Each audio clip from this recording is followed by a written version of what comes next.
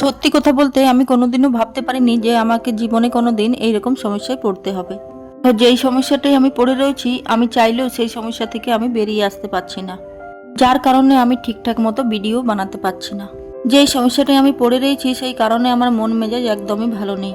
মন ভালো না থাকলে তার কোনো কিছুই ভালো লাগে না। যদি সবাই সুস্থ থাকে আর শরীর ভালো থাকে আর মন ভালো থাকে তাহলেই কিন্তু ভিডিও করার ইচ্ছে জাগে। বাড়ির যে কোনো একটা মানুষ যদি অসুস্থ থাকে তাহলে আর একদমই ভালো লাগে না। আমি তো তোমাদেরকে আগের ব্লগে বলেছি যে আমার ছেলের শরীর ঠিক নেই। ছেলে মেয়ের যদি শরীর খারাপ থাকে তাহলে মনটা একদমই ভালো লাগে না। যাই হোক, ভিডিওটি ছিল আমার শনিবারের। আর সেদিন তো ছেলের সাথে সাথে আমিও ডাক্তার দেখিয়ে এসেছি, কিন্তু আমার কালকে সকালে এত পরিমাণে পেটে ব্যথা করছিল যে আমাকে গ্যাসের ট্যাবলেট নিতে হয়েছিল। সেই বুধবারের হাটে একটা লাউ এনেছিল, সাম্বার বানিয়েছিলাম, তারপর থেকে লাউটা রাখাই ছিল। তারপর বরের জন্য একটু লাউ পোস্ত করে দিয়েছিলাম, আর আমরা তিনজনে কেউ লাউ পোস্ত খাই না, তাই আমাদের জন্য একটু ঝিঙে আলু পোস্ত করেছিলাম। আর জানো তো, কদিন ধরে মনটাও ভীষণ খারাপ, মাথা কিছু কাজই করছে না। তাই কালকে ভাত বসিয়েছিলাম, আর ভাতের জন্য আমি চাল বের করে চালটা ধুয়ে রেখেছিলাম। আর আমার তো মনেই ছিল না যে চালটা আমি ধুয়ে রেখেছি, আবার আমি চাল দিয়ে দিয়েছি ভাতে।